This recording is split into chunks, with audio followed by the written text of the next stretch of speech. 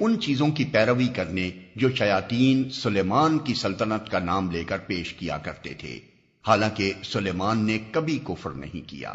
کفر کے مرتکب تو وہ شیاطین تھے جو لوگوں کو جادوگری کی تعلیم دیتے تھے۔ وہ پیچھے پڑے اس چیز کے جو بابل میں 2 فرشتوں ہاروت و ماروت پر نازل کی گئی تھی، حالانکہ وہ فرشتے جب بھی کسی کو اس کی تعلیم دیتے تھے تو پہلے صاف طور پر متنبہ کر دیا کرتے تھے کہ دیکھ، ہم محض ایک آزمائش ہیں، تو کفر میں مبتلا نہ ہو۔